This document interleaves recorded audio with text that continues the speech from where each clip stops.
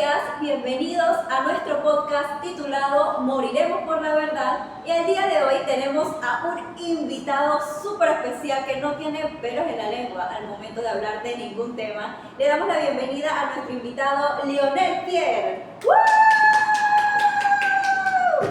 Lionel, la verdad es que estoy súper contenta de tenerte aquí el día de hoy. Hoy vamos a traer sobre la mesa un tema que mira que es muy interesante, que es el tema, como estamos hablando de todo esto que son derechos humanos, y sabemos que está el derecho elemental, que es el derecho de la vida, pero ¿se pueden hacer excepciones a este derecho en ciertos tipos de delitos? Especialmente los que son de lesa humanidad. ¿Qué opina usted? Mira, Ana Cristina, primero que todo, muchas gracias por invitarme a este espacio. Llevas mucho tiempo involucrada en este tipo de cosas. Muchos años de trayectoria, saben que este es el podcast número 1 a nivel mundial. Y el primero en Panamá. Y el primero en El Panamá. más con más rating. A ver, me hiciste una muy interesante pregunta, y es de que si se pueden hacer excepciones con el tema del derecho a la vida. Si me preguntas de manera directa y te doy una respuesta corta, yo te diría que sí. Deberían hacerse excepciones. En el caso de los homicidios, más que todo, los homicidios dolosos agravados, que se hacen con toda la intención de hacerlos y acabar con el derecho a la vida de una persona. Yo no siento que el criminal reciba un castigo justo, encarcelándolo durante 30 años en una cárcel, sabiendo que tiene la probabilidad de salir de ella y de retomar su vida. Y si el criminal tiene un poder adquisitivo alto antes de entrar a la cárcel, ya sea un empresario por lo menos, lo más seguro es que sí llegue a retomar su vida. Mira que es un tema muy interesante porque vemos que hay personas que han llegado a cometer delitos horribles, háblese de femicidios, de asesinatos definitivamente muy siniestros, y vemos que cumplen con su condena, vamos a decir, de 20, 25 años, y luego estos sujetos supuestamente tuvieron una reinserción social para luego volver a cometer el mismo delito o incluso más atroz. Entonces, ¿cómo logramos garantizar que hay una verdadera reinserción social donde algunos criminales incluso después de salir de la cárcel hacen conductas delictivas incluso mucho más moralmente incorrectas? ¿Qué opina usted, señor Leonel? Primero que todo, yo no creo en eso de la reinserción social. Si tú ves las estadísticas que se ponen en Google sobre el tema de la reinserción social, la mayoría de criminales violentos vuelven a cometer crímenes, ya sean los mismos o más peligrosos o algo que sea casi igual de peligroso aunque no igual de grave, y son personas que no están dispuestas a volver a reintegrarse en la sociedad de manera pacífica. En Estados Unidos se hizo una estadística en donde más del 70% de los criminales volvían a entrar a la cárcel en menos de 10 años después de haber terminado su última condena. Claro, Leonel, porque, bueno, yo puedo pensar en una reinserción social, un tipo que roba una tienda, un tipo que roba una iguana, que lo condenan. Pero háblame de un caso de un hombre que pica a una mujer y la mete y la hace una sopa, y luego tenemos a esta persona de nuevo entre nosotros como sociedad. ¿Qué garantía tenemos nosotros de nuestra seguridad social? ¿Y cómo se podría decir que en este caso el derecho a la vida vale más que el derecho a la salud, a la seguridad pública y a la vida de cada una de las personas de las que puede ser víctima de esta persona psicópata? Te agrego más, no es solamente el derecho a la justicia y a la seguridad pública, sino también, sí es el derecho a la justicia, porque realmente no hay justicia cuando tú asesinas a alguien y vas a la cárcel por eso. Lo justo es básicamente lo que se hacía en el pasado, en épocas romanas, en donde el ojo por ojo y diente por diente se aplicaba siempre. La ley de Talión. La ley de Talión, específicamente, Ana, muy buen conocimiento sobre la historia. Y básicamente, matar a una persona y meter al culpable sobre eso a la cárcel, no existe realmente una real justicia. Y hablamos de los derechos humanos de los criminales, pero el criminal no tuvo ningún tipo de problema en asesinar a alguien. El criminal era consciente de que estaba acabando con el derecho a la vida de una persona y aún así decidió hacerlo. Y aparte, aunque esa persona se reinstare a la sociedad, no debería ser, porque a fin de cuentas no se le dio un castigo justo. ¿Por qué gastar durante 30 años recursos públicos en una persona que asesinó a alguien? ¿No? Las personas que están privadas de libertad en Panamá y en cualquier país gastan una cantidad increíblemente alta de dinero público para poder mantenerse en esas cárceles. Y básicamente le estoy diciendo a alguien, que a la familia de un asesinado, que de su dinero, del que ellos pagan impuestos, están manteniendo con vida en la cárcel al asesino de su familiar. Exactamente. Entonces, en este tema tan controversial, que es el de la pena de muerte, pues yo quiero tocar acá algo que es el argumento que generalmente se utiliza para este tipo de temas, y es qué pasa con los derechos del criminal. Porque nosotros vemos que en El Salvador, y ni siquiera es pena de muerte, sino la manera en la que se trata a las personas que son cómplices y que están involucrados en todo este tema del crimen organizado, y vemos que salen todos los organismos internacionales a apelar por los criminales y no por las altas olas de violencia que tenían que vivir las personas cuando el gobierno era cómplice en ese entonces de todo lo que era el crimen organizado. Entonces, ¿cómo se podría justificar entonces socialmente en este caso el tema de las penas de muerte? Y no cuestionamiento, porque realmente estoy bastante de acuerdo contigo, pero es en el tema de que lastimosamente vivimos en un país que es tan corrupto que a veces termina pagando el que no la hace. Lo pudimos ver en el tema, por ejemplo, del Gentilempilcol, que podría ser un tema por el cual se hubiera podido dar una pena de muerte, porque imagínate cuántas personas murieron por la negligencia. ¿Y quiénes fueron las personas que fueron presas? Los últimos en la escala de jerarquía, que realmente no tuvieron tanto la culpa. Los verdaderos poderosos, los que sí tuvieron la responsabilidad en este caso, bueno, los premiaron y no se enfrentaron a la justicia. Entonces, ¿cómo se podría, si se legalizara la pena de muerte, hacer que haya una equidad y que verdaderamente no se esté desviviendo a una persona que o no fue o que es inocente, o que realmente no tuvo tanta implicación en el tema, viendo cómo está la justicia actual? Dices en un clavo que con la corrupción que hay en este país y en muchos países de América Latina, a quien se castiga es al último de la cadena alimenticia. Entonces, ¿cuál es el problema aquí? Es de que también mencionaste al principio, que es el caso de El Salvador. Yo no estoy de acuerdo con todas las medidas que se toman en El Salvador para encarcelar a las personas, ya que son medidas de que pudieran haber puesto en riesgo la seguridad de algunos inocentes y metiéndolos en una cárcel de muy alta seguridad con criminales bastante violentos. El SECOT fue una gran idea del presidente Nayib Bukele, que es el presidente actual de El Salvador y que sigue siendo el presidente de El Salvador en este segundo mandato que lleva. Se saltó muchos juicios, no hizo juicios justos, no hizo juicios correctos y los hizo masivos y empezó a encarcelar a montones. Estoy de acuerdo que la mayoría de las personas a las que encarceló eran culpables, eso es lo más probable. Nos damos cuenta por sus tatuajes, que básicamente están en representación a la pandilla a la que pertenecen, y que la mayoría estaba fichada por la policía y por el Ministerio Público de El Salvador. Pero en esa forma tan controversial de encarcelar gente, se fueron muchos inocentes colados en ese montón de criminales. Cosa que El Salvador ya rectificó y de que básicamente liberó a aquellos inocentes que se fueron de más.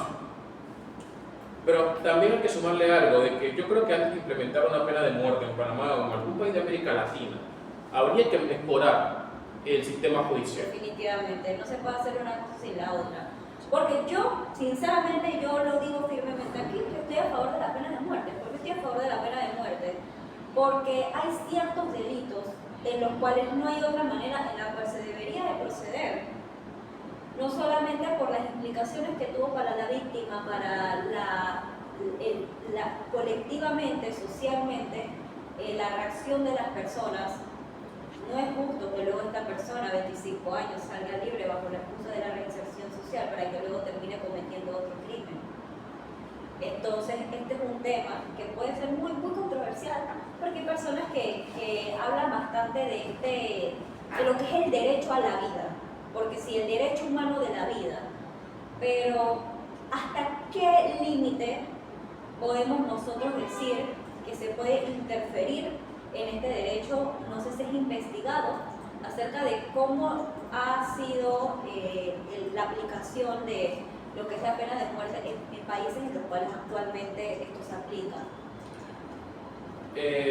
Básicamente en Estados Unidos se aplica, porque algo que decía la Comisión Americana de Derechos Humanos en el artículo 4 es de que si un país ya tenía la pena de muerte como legal antes de integrarse a la Corte Americana de Derechos Humanos, no se le puede negar a ese país y que la siga aplicando. Pero si ese país la decide aplicar una vez entrado a la Corte Americana de Derechos Humanos, la Corte va a meter presión para que ese país no legalice la pena de muerte.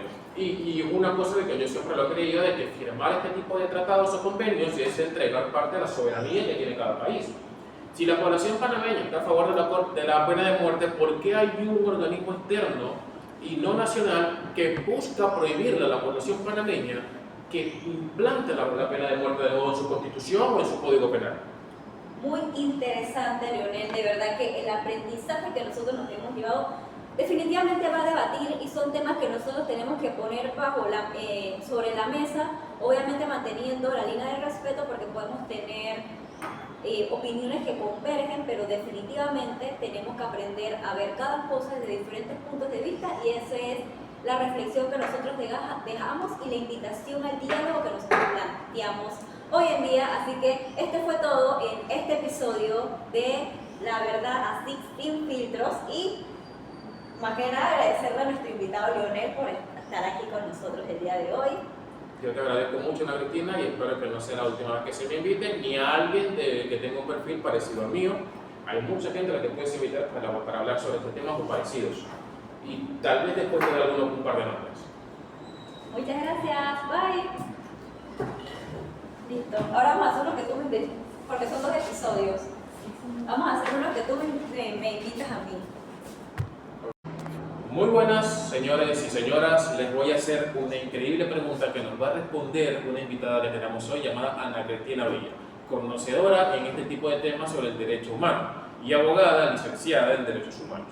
Entonces, la pregunta sería, la parte conservadora de este país dice que está mal el derecho al aborto porque es acabar con una vida, pero está bien la pena de muerte cuando también es acabar con una vida.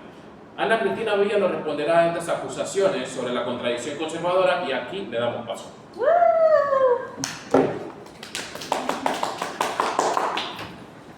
Ana Cristina, ¿cómo se siente? Okay. Pues bastante bien, muy feliz de estar aquí compartiendo este espacio contigo, Leonel. Mira, yo creo que escuchaste la pregunta que hice al inicio y que yo creo que tú quisieras responderle a esa parte progresista del país que acusa de esa supuesta contradicción en la parte conservadora. ¿Qué tienes que decir sobre eso? Bueno, yo lo que tengo que decir es que cuando nosotros estamos hablando de derechos humanos, nosotros también tenemos que considerar el contexto en el cual están de los derechos y de las situaciones que nosotros estamos analizando. Entonces, por lo menos, en el caso de la pena de muerte, estamos hablando de una persona que cometió un delito dolosamente, muchas veces de lesa humanidad, un delito que muchas veces fue planificado, que causa una consternación social y un sentimiento de inseguridad colectivo. Y cuando estamos hablando del aborto, nosotros estamos hablando de el derecho a la vida de un ser inocente que tiene su propio código genético, que tiene, que se está formando, que forma su propio corazón, su propia autonomía, y por lo tanto es una vida que se debe proteger porque es una etapa de la vida humana y es considerado un ser humano según la misma biología que dice que la vida humana comienza desde la concepción. Ana Cristina, yo estoy bastante de acuerdo con esa primera premisa y la segunda premisa que hiciste durante esta argumentación tan fabulosa que has hecho, a lo que ya no quedé bastante acostumbrado, por cierto. Pero yo te quiero hacer otra pregunta. ¿Qué le dirías a esas personas que dicen que los criminales también tienen derechos? Porque la gente habla sobre la Corte Americana de Derechos Humanos, sobre los tratados internacionales de derechos humanos. Ahora todo el mundo es defensor de los criminales. Pero Ana Cristina, ¿qué mensaje reflexivo les darías a ellos? Dicen que tus derechos terminan en el momento en el que estás vulnerando los derechos de otra persona. Entonces, ese es un tema que nosotros también habíamos tocado en el episodio anterior, que es un ejemplo, para ver cómo es la concepción pública de este tipo de temas. Cuando el presidente Nayib Bukele, después de diferentes olas de violencia que había en el país, en el cual las personas se sentían inseguras, en el cual las calles eran tomadas por las maras, por los pandilleros, luego de que se les pusiera alto con mano dura, porque es la única manera de combatir a organizaciones que son tan poderosas, salen los organismos internacionales a abogar por los derechos de los criminales. Pero ¿dónde estaban esos organismos internacionales al momento de abogar por los derechos de todas esas personas secuestradas, asesinadas, violadas por todas estas entidades criminales?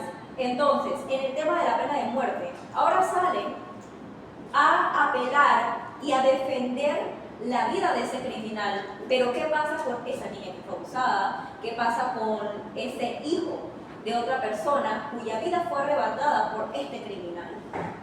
Ana Cristina, hablando solamente de la pena de muerte y hablando también del tratamiento que se le deben dar a los criminales, en México pasa algo muy particular. Como ya conocerás, los narcotraficantes mexicanos, los distintos, como el Cártel del Golfo de Sinaloa o con los Chapitos, como bien se les dice, o como mal se les dice porque se le hace mucha referencia a ellos en la cultura mexicana. ¿Crees que estaría bien entrar en una guerra contra grupos criminales, así como lo hizo Nayib Bukele, en un país mucho más grande, con un crimen organizado mucho más complejo, como México, y implantar la pena de muerte en ese país? Porque, seamos sinceros, ¿crees realmente de que si el día de mañana México captura a 3 de los capos más importantes y les da la pena capital y saca el ejército a la calle, sería la forma correcta de atacar este problema? ¿Crees que no habría represalias contra la población civil? Ahora vamos a ver. Si nosotros tomamos el ejemplo de lo que se hizo en El Salvador era uno de los países más inseguros de América, de Centroamérica. Si hace unos años se hubiera dicho que se iba a encerrar a los criminales y este país hubiera sido seguro, todos hubieran imaginado lo peor. Yo creo que aquí lo que realmente influyó fue la manera en la que se hizo, la manera en la que se planificó y más que todo la persona que pudo dirigir esto. Entonces, en el caso que tú mencionas de México, sin duda no sería sencillo, pero es algo necesario. ¿Hasta cuándo se puede dejar que un país altamente controlado por las organizaciones delictivas sigan tomando posesión de las calles y vulnerando los derechos de las personas?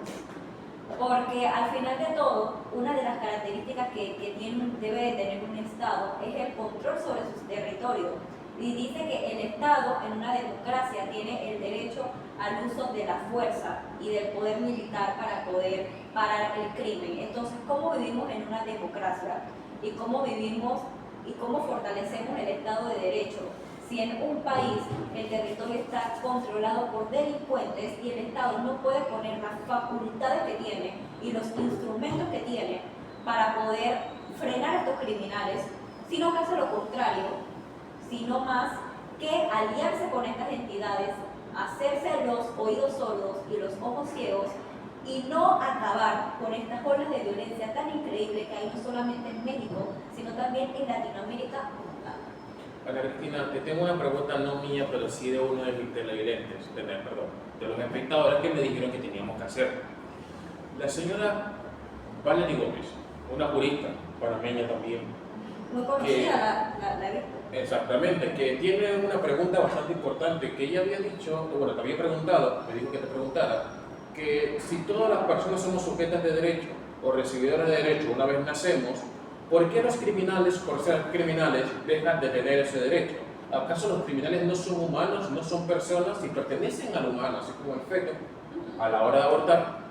¿Por qué no reciben derecho? Porque se dice que, bueno, como violaron algún derecho, pues está bien cortarle ese derecho, pero siguen siendo personas. Entonces, ¿tú estarías de acuerdo que de manera legal se les quite la determinación de persona al criminal violento o no? Sí, y te voy a explicar por qué. Bueno, todos sabemos que no solamente existe el derecho a la vida, existen diferentes tipos de derechos.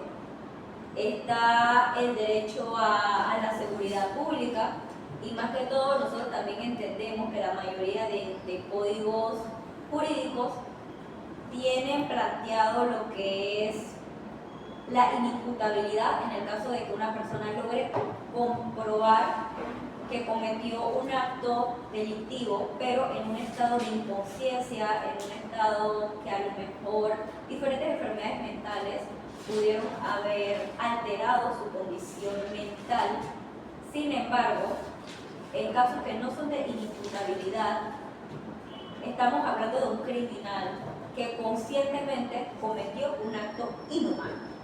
Estamos hablando de un criminal que conscientemente decidió matar, masacrar, cometer actos que sin duda alguna son peligrosos para la seguridad pública. Entonces, se está defendiendo la vida, pero la vida de la cantidad de personas de las cuales sería peligro esta persona, que definitivamente no puede tener una reinserción a la sociedad, porque vamos a ser sinceros, yo creo en la reinserción social para los ladrones, yo creo en la reinserción social para el que se robó una iguana, yo no creo en la reinserción social para una persona que decida matar y violar 16 mujeres. Y tengo otra pregunta que también es de otra televidente, señora Cristina. Hay una abogada especializada en el derecho marítimo llamada Soelis Aparicio. Soelis nos pregunta que muchas veces a ella le toca ver cómo van submarinos cargados de drogas yendo de un país a otro, normalmente hacia los Estados Unidos de Norteamérica. Entonces, lo que pregunta Soelis es, ¿está bien que los organismos marítimos de cada país destruyan esos submarinos con todas esas personas dentro, porque por más que sean criminales son personas, en Argentina, sabiendo que si no los frenan van a llegar al país al que quieren llegar? O sea, está bien que los destruyan si esas personas deciden no bajarse del submarino. Bueno, en este caso yo no estoy de acuerdo que se haga de esa manera, ya que no se está respetando el debido proceso. Para tú poder someter a una persona incluso una pena de muerte, primero que todo, aunque parezca que el delito es evidente, que te agarran infraganti, en flagancia, de que lo estás cometiendo, tienes derecho a recibir una defensa, tienes derecho a que se te someta a un juicio, que evidentemente no van a hacer un juicio ahí bajo el mar en ese submarino. Entonces lo que se tendría que hacer es esperar a las personas a que bajaran y someterles a un juicio como debidamente se tiene que hacer, respetando su debido proceso y sus derechos constitucionales a la defensa, para que entonces, en caso tal, si llegan a tener una pena que saldría tipificado, que se le puede proceder a cualquier sentencia que vaya de acuerdo a lo que ellos hicieron, entonces que se les aplique, pero claro, respetando su debido proceso. Y te tengo una última pregunta que va más de mi parte, porque claro, se habla de los asesinos y se habla de los grandes narcotraficantes, pero me encantaría que nos dieras una lista extensa o corta, como a ti te parezca, de cuáles serían los delitos en específico que estarían sujetos a una pena de muerte. Femicidios, violaciones, a los pederastas, obviamente con agravantes si las personas son menores de edad, secuestros, todo ese tipo de delitos a mí me parece que deberían de ser sometidos a una pena de muerte. Asimismo, al mismo tiempo, casos de negligencia extrema, como en el caso del dietilenglicol en el año 2006. Ana Cristina, y si el secuestro no es con violencia, si la persona secuestra a alguien, la mantiene encerrada y entrega a la persona una vez recibe el pago de la extorsión, pero sin hacerle ningún tipo de daño al secuestrado, aún así estaría sujeto a pena de muerte. Vamos, sigue siendo secuestro, sin embargo, obviamente cada delito tiene que tener su pena correspondiente. Entonces, en ese caso, obviamente, la persona que secuestró tiene que pagar, pero según lo que esté en el Código Penal. Si llega a ser un caso muy extremo, los casos para nosotros apelar una pena de muerte no es que vamos a estar matando criminales a diestra y siniestra. Obviamente hay que poner una pena que sea correspondiente a la que se cometió. Y pues bueno, Ana Cristina, te voy a agradecer por haber venido, me encantó que hayas estado aquí, que todos los espectadores también lo hayan visto, y pues nos despedimos después de esto y ojalá sigas viniendo. Muchas gracias, Leonel.